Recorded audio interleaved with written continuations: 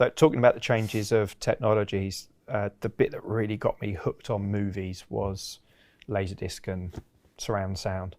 And our go-to demos, and in fact what I did quite a lot of the day was watch movies in the shop whilst putting CDs into jiffy bags and so on. And our go-to demos were, there was a number, but Raiders of the Lost Ark, Return of the Jedi, and there was a few others. There was even CD videos and things like that, which got me music video hooked.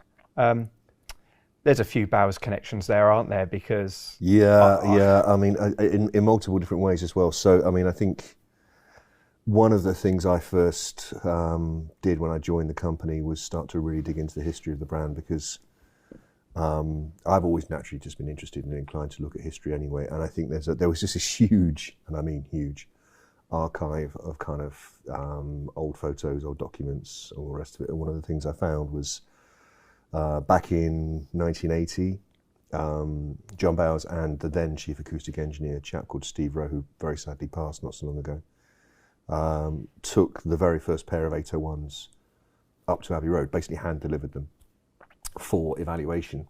The whole reason they did that was that the loudspeaker had kind of been specifically developed to be used not only in the home environment, but also in the professional environment. And basically he was looking for validation, you know, and what better validation is there than the world's most famous recording studio?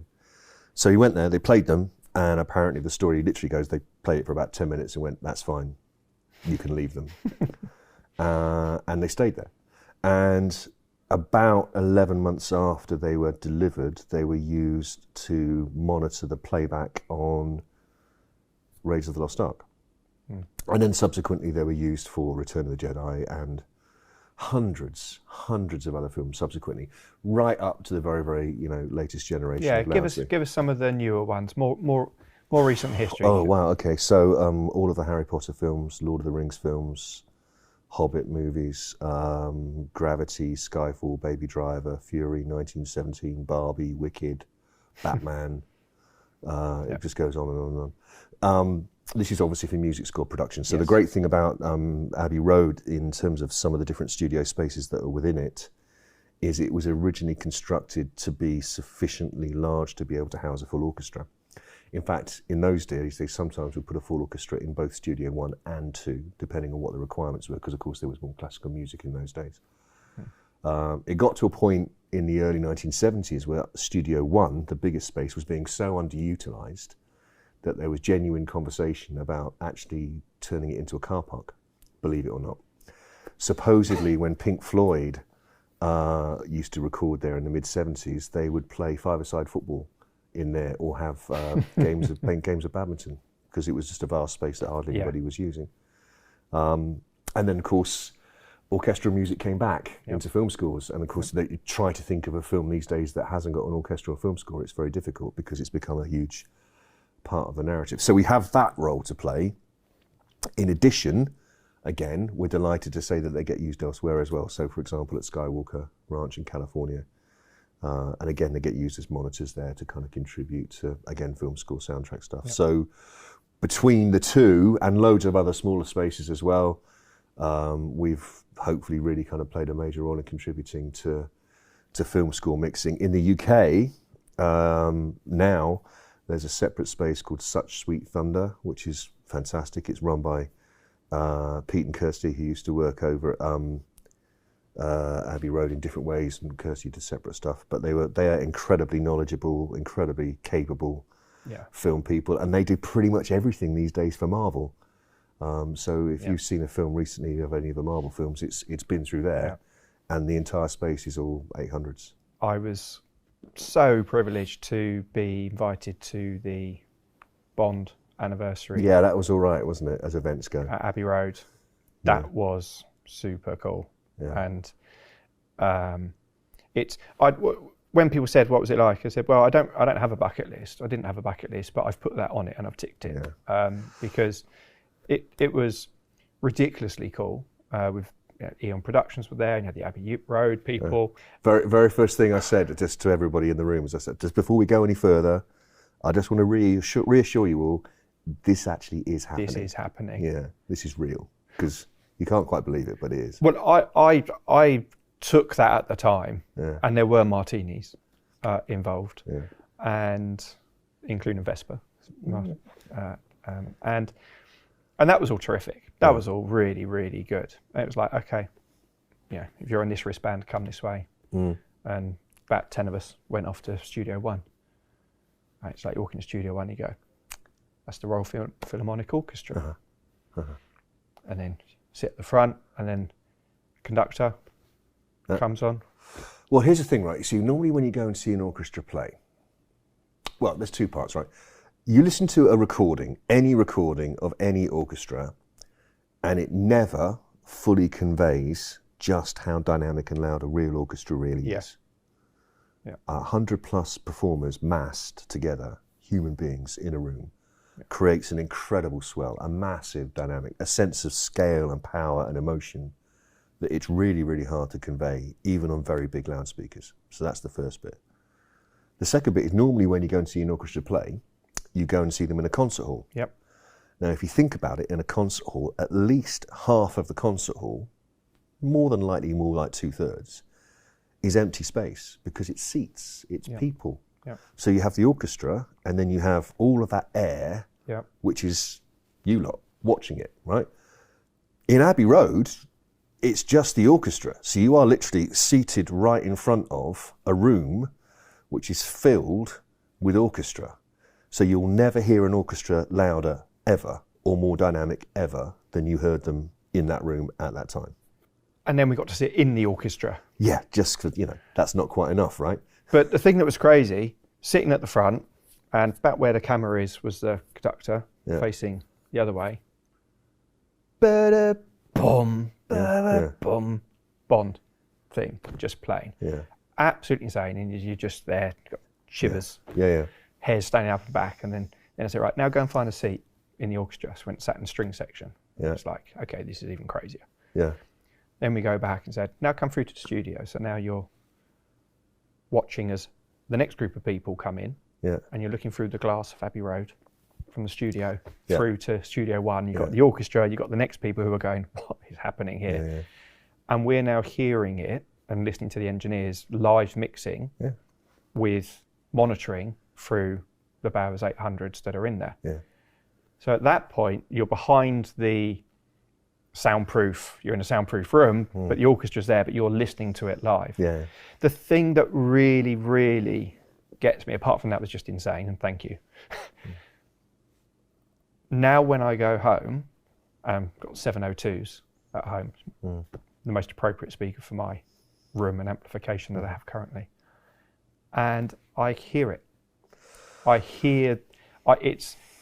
It's not like I'm listening to the recording of it. I'm hearing what was there, and that's delivered through the speakers. So I've spoken about this before, right? And I think it's a really powerful way of thinking about sound. You kind of live your life unconsciously to a soundtrack. You don't really fully appreciate it, but you do. So at some point, somewhere down the line, you made a memorable moment. I'm not going to go into what it might be. And you were listening to a piece of music at the time, and it left an imprint. And it could have been the one that you were describing. It could have been stuff that you were doing when you were younger. Go no further. But anyway, the point is that imprint is there. And then you hear it again, and like muscle memory, like all these things kind of just pop back into your head. And you get all manner of kind of sensory responses. It's not just the whole hairs on the back of the wrist or goosebumps thing. You can even smell and all sorts of other things, what it was like when you were there, what you were doing, why you were doing it. And it's because hearing is in many ways the first sense that you develop. When you first emerge into the world, it's the one that you probably even had when you were inside your mother's womb, because you are aware of heartbeats and stuff like that. And it forms these very powerful kind of memory blocks. So sound is so important, it's so rewarding. And that's why when people hear good sound, wheresoever it might be, you react off it and you get those exciting things. Quickly on that one of my tricks, I don't think I did it with you, your brain also puts together what you're seeing with what you're hearing. So we had people in the control room in Studio One, and they were looking through the glass and they were looking at an orchestra and they can hear it through the speakers and their brain's going, the orchestra's playing, I'm hearing the orchestra. And they're not. They're hearing the monitors. They're hearing the monitors monitoring the sound of the orchestra. So about 2 minutes in, while the orchestra's still playing, we cut the feed for a few seconds. People jump out their skins. Like, what's happened to my hearing? Because they're looking and the orchestra's playing and then there's no sound. And then you bring it back in again. That's fun. That's a good way of kind of showcasing just how effective sound is in kind of contributing to what you feel and experience. Yeah, that all to me steers back to, so you have obviously those aspects of it, but that all feeds into then brand and so on. So one of the reasons I love Astons is because they're insane, they're beautiful, they sound great, they look good. But it's also got back to Bond. Yeah. And it's DB5, Bond. Yeah. It's that whole thing. It's so this all ties together,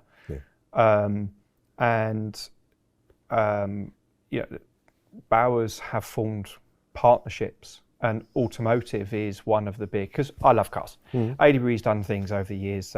Those customers who are familiar with us, we've done various motorsport sensation things at Palmer Sport. We sponsored a GT Cup car for a season. We've done all sorts of things, but you get to play with some pretty beautiful cars through the automotive part of Bowers. Yeah, I mean it's actually something, a project that was underway before I joined. One of my colleagues led it, and I think it's very important to emphasise that the partnerships team, who's responsible for driving all of that, terrible pun, bear with me, leading on all of that, say no a lot more than they say yes. We get approached by significant numbers of automotive brands who want to work with us, but it's not just about whether we can work with them, it's whether we should. Yeah. And there are a lot of different considerations that come into that. Obviously there's clearly, is it the right brand? Is it a good fit? But the most significant thing is, are the engineering teams of those automotive partners prepared to work properly hand in hand with us? Yeah. I can't emphasize this enough. People might imagine that what we do is just license the brand name out. In other words, what we do is allow you to put the brand name on the product. It's categorically not the case. Absolutely not the case. To the extent that it would be a significant dilution of who we are. And we, as a result, would wind up worse off for it, not better. So the first conversation with any prospective automotive partner is, look, we would like to consider doing these sorts of things. We have, at our research and development facility, we have some development mules that we use as examples to help us showcase routes and ranges of options that we can, for example, consider. But if they're off the table, we're off the table, as simplistically as that.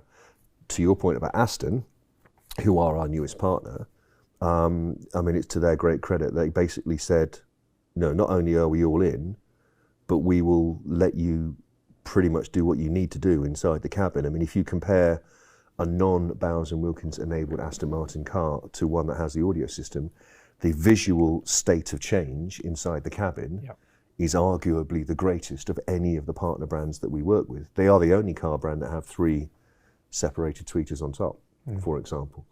So no, they've really gone for it. Tell me that anecdote you gave me about the CEO of McLaren, and I think it was Dave Sheen.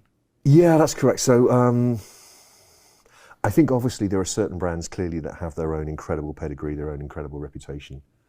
And obviously certain people within the organisation were very keen on working with us, and perhaps certain other people were like, well, that's just another supplier. Yeah. It's just another supplier. And the penny dropped in the case of McLaren when they were at the motor show. I believe it was Geneva, and Dave was talking to a very senior person from McLaren. And whilst they were discussing, the various things that the team had worked on, a well-known journalist came up to the gentleman from McLaren and said, "Oh, I see you've got Bowers Wilkins in your car now." And I think that took him aback somewhat, because he was obviously expecting the conversation to be around the new car. It's McLaren.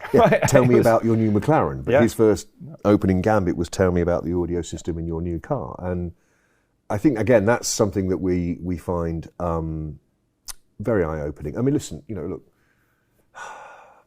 again, back on my earlier point that I'm aware that there's cynicism in the world. In 2015, I was privileged to be standing in the BMW World Museum in Munich at the launch presentation of the first BMW car that we were to work with, which was a 7 Series, one car. If you care to look on YouTube, you might find a video of me without a beard doing it. That's how long ago it was. That's one car in 2015. If you fast forward to today, we're on the 5 Series, 6 Series, 7 Series, 8 Series, X5, X7, i5, i7, M5. Did I say 8 Series? Yeah, so it's, I mean, all told, it's about 20 plus cars. That's quite a few people being exposed to Bowers that might otherwise not have been. It is. It's also, I would say confidently, it's a British success story, which probably deserves a bit more credit than perhaps it gets. Yeah. Because clearly BMW is a very substantial car manufacturer. And also, let's not forget, BMW is not exactly short of alternative choices, including brands that are right on its own doorstep. Yeah. So for them to choose to work with us is, I think, a very strong reflection, which we're proud of, by the way, of who we are and what we do. That's how I feel working with you as well. Thank you very much. Far too kind. It is. When you look at our portfolio, you said you get lots of offers automotively who you could work with and so on. We at ADB are in the fortunate position where people come knocking on our door as well. And, you know, when business is sky high, obviously people just sell to who they're selling to, and it's always the times, it's more the times where business gets tight that somebody's trying to hit, you know, they go, well, okay, you know, let's go fishing. But actually the great thing is the brands we work with are incredibly loyal and they are top brands, which goes to say that we don't work with just any other brand either. Bowers is one of the jewels in our crown, though, absolutely, and it's that's perfect for our market as well. So that's why the synergy works so well. We've got like with different companies with our own individual paths, which create heritage and understanding. Yeah. Like retention of staff would be something that is, you know, it shows we've got to be doing something right. Yes. When you've got people working for decades. Yeah, I mean, there's an old joke in our company. You either last 3 years or you stay here for life. Yeah. You're still the new boy when you've been here for 10 years, right? Yeah. There are people who work on the shop floor, as we refer to it, the workspace. Yeah. Who are second and third generation. And that's got to be a culture of the company as much as it is the enjoyment of the engineering. It's got to be a combination of factors. I think so. I mean, I think it's. I mean, I've obviously you know, because you've done it with me, right? I take a lot of people around on the factory tours, and I often get comments afterwards when I've taken people around. Oh, you know a lot of people, you know, because. But trust me when I say that it's a kind of expected thing. It's obviously something that I take, you know, seriously and I want to do right. But it's an expected thing that if you work within Bowers Wilkins, you contribute and you help.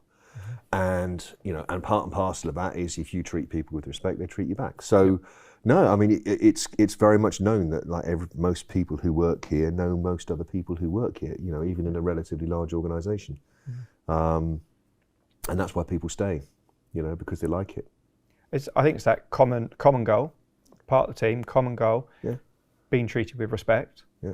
I mean, there are always things that come up. Of course. It's then, as you know, how they're dealt with. But yeah, supporting people when they need that. You know, it's a two-way street, isn't it? It is. But you know what else? I'm going to bring it back to your earlier point as well, Stu. I think, look, ultimately, if you took most people off the street and said, tell me 3 or 4 things that you like to do at a weekend, fine, we might get some illegal answers, but let's talk about what most people do. They're probably going to talk about going to the pub, having a drink, listening to music, watching a film. Now, we can't help with the first one. But the other 2 bits, we can help with. Yeah. We are working, or privileged to be working, in an arena which basically just gives rewards to people. Yeah. Just makes them feel good. You know, and when people say rewards, I mean supermarket vouchers. I don't mean that. I mean things that genuinely change the way you feel, reward you in a very positive emotional sense for the time that you've spent that day. And that's great, right? Because it's much better than just, you know, with due respect to it, like, you know, stacking shelves. I've done that kind of job, and I don't want to go Yeah. back to it. That coming back home, putting on, sometimes for me it's just 2 or 3 tracks. Yeah. Just listen to it. That's it. I'm relaxed. Yeah. Well, look, I'd also say this, right? Again, you've obviously hopefully got the sense of this from me before. I don't think that great music is just about that, although clearly that's hugely important, and it is to me too. It's punctuating your life wherever you are, whatever it is that you want to be doing. So if you are walking to work, maybe if you're feeling fit, running to work, cycling to work, with a pair of headphones, why not have good ones? If you're driving to work or sitting in a traffic jam, again, more likely around here, and you're listening to music, why not make it a good listening experience? It's that sort of thing. We don't have to just settle for, functional. Yeah. Why not have good? So our view is the more different things that we can contribute towards that create that better listening and watching experience overall, then potentially the more rewarding the experience is for the person who buys our products. And ideally, hopefully, yes, let's be real, they also go out and buy more. And then they tell their mates and they go and buy more. So all of these things become symbiotic. Exactly, because everything we do, eventually there's the functional part of we have to sell a box. Yeah. And hopefully get paid. Yeah, it pays the bills. More right? than we paid for it. Yeah. So yeah, eventually it's a function, but everything is not driven by that, which is circles back to the people that founded each of our companies. Yeah. They were enthusiasts trying to make things better. Again, I've spoken about this enough times earlier on, right? But I mean, John was, bless him, a very clearly emotive and passionate individual. Could apparently be quite hard to work with sometimes because he was so dogged and focused on what he wanted to try and achieve. But he volunteered for the army in September of 1939. He was 17 years old. He didn't wait to be called up. He served 6 years. He did all of his things 100%, everything he could do. He was into photography. Got to know along the way David Lord Snowdon, Princess Margaret's estranged husband at the time. So he became everything he did, he kind of did 100%. And when he became a speaker manufacturer, it was the same. And that's what he expected from the people who work from him. There is no good enough in our world. That genuinely is an expression, by the way, in the training handbook. Good enough isn't good enough for us. Yeah. Well, good enough is the threat, isn't it? Good enough is the slippery slope of price. And well, that's all our customers really need. Yeah. Let's just put XY brand in because I've got margin and I like the people. Yeah. But I think that's the exciting thing. That's why we enjoy working with you guys so much. It's about the enjoyment and the result, not just the box. Yeah, I've no doubt we're probably also quite challenging sometimes too, but that's fine. So long as it's worth the time, Wouldn't it's all right. Hear it said on film. And it's been fun. It's been an enjoyable time. I really appreciate you giving us your time to get this in the digital can. And for helping us celebrate and mark our 90th anniversary as AWE and with yourselves as very strong partners. Thank you. Well, it's an absolute pleasure. Obviously on our part, it's our 60th anniversary next year as well, so we know very well how important these things are. So absolutely, congratulations to you. Congratulations to everyone at the team. Thank you. Hope you have a tremendous time celebrating the milestone, and of course, we look forward to carrying on working with you. It's guaranteed. Yeah, mate. Thanks, mate.